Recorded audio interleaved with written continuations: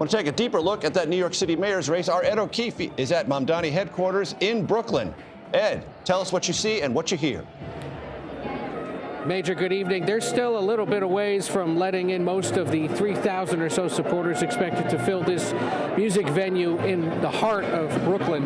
Zohran Mamdani, a 34-year-old New York State assemblyman, only in elective politics over the last 6 years, about this time last year announced that he would be running for mayor and was not registering in the polls.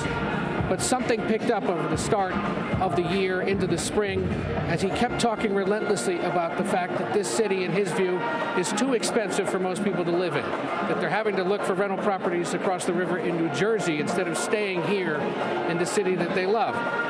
He ultimately prevailed in a primary over the summer, beating the former governor Andrew Cuomo, someone that at the beginning of the year many thought could have been a relentless and pretty formidable candidate and ultimately mayor of the largest city in the country. But given the sexual harassment scandals he faced, and given the fact that Mamdani's upstart campaign with a relentless focus as well on social media and attacking Cuomo and his record, has ultimately tonight come out as the leader, at least so far.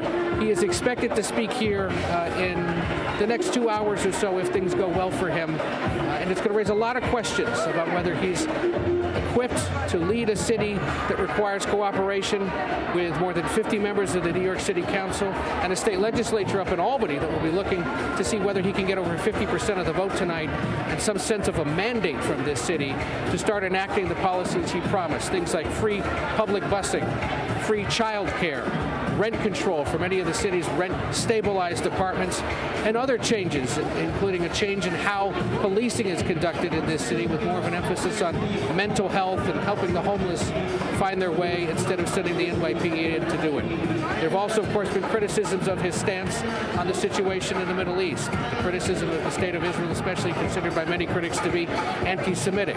But in talking to his supporters and in other voters here in the city this week, including Jewish voters, who said, we may disagree on that issue.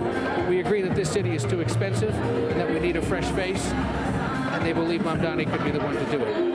If there are lessons for Democrats to be learned in the coming days from this, with all the other victories that they may be on the verge of tonight, Major, it'll probably be that relentless focus on dollars and cents. What have our polls shown us throughout the last several weeks? The president's approval on the issue of economy is slipping because voters don't think he's sufficiently addressing the issue of inflation. Well, what has this guy done here in New York but talk about affordability day and night across any program or platform that invites him to do so? That might be the lesson Democrats might want to take from this evening tonight. We are expecting a handful of his most prominent supporters, people like the New York Congresswoman Alexandria Ocasio-Cortez, other city leaders who have come around to his way of politicking to be here tonight, and the 3,000 or so that will fill this room, many of them the volunteers who've been knocking on doors. I met a guy yesterday, a 25-year-old from North Brooklyn, close to where we are here, who said, my neighborhood's locked up.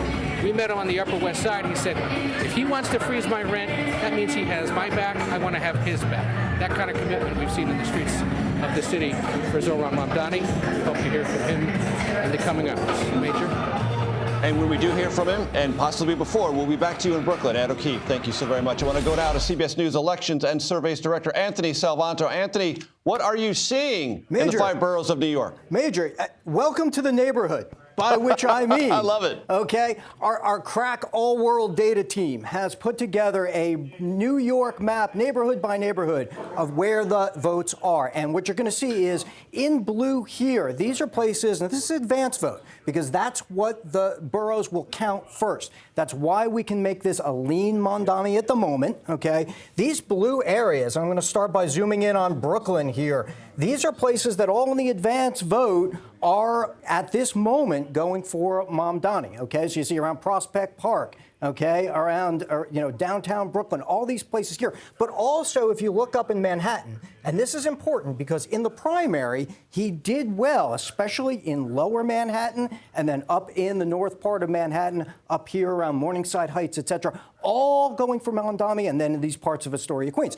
What that tells you is that in some sense, at least in the advance vote, Mamdani is sort of replicating some of what he got in the primary, and that might bode well for him. Having said that, there are a lot of very traditional Democratic voters who might vote on Election Day that could help Cuomo. And the other part of this is we're going to be watching, after the Trump endorsement, do voters vote for move from Sliwa to Cuomo, which could shift things around, right? So those are your neighborhoods.